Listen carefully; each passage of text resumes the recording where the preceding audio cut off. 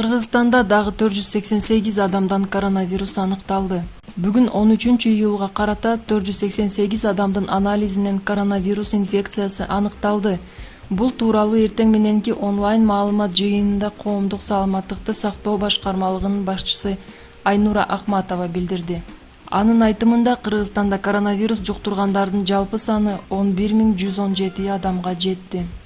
Жаңы катталган бейтаптар: Бишкек шаарында 265 адам, Чүй облусунда 37, Ош облусунда 26, Ош шаарында 45, Жалал Абад облусунда 51, Баткен облусунда 43, Нарын облусунда 4, Ысык Көл облусунда 15, Талас облусунда 2 адам. Коронавирустан дарыланып жаткан 121 бейтаптын абалы оор. Ошондой эле өткөн сутка ичинде 15 бейтап коронавирус илдетинен көз жумду.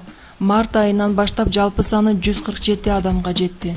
Ал эми пневмония оорусунан 29 адам бир суткада каза болуп, март айынан баштап жалпы саны 452 адамга жетти.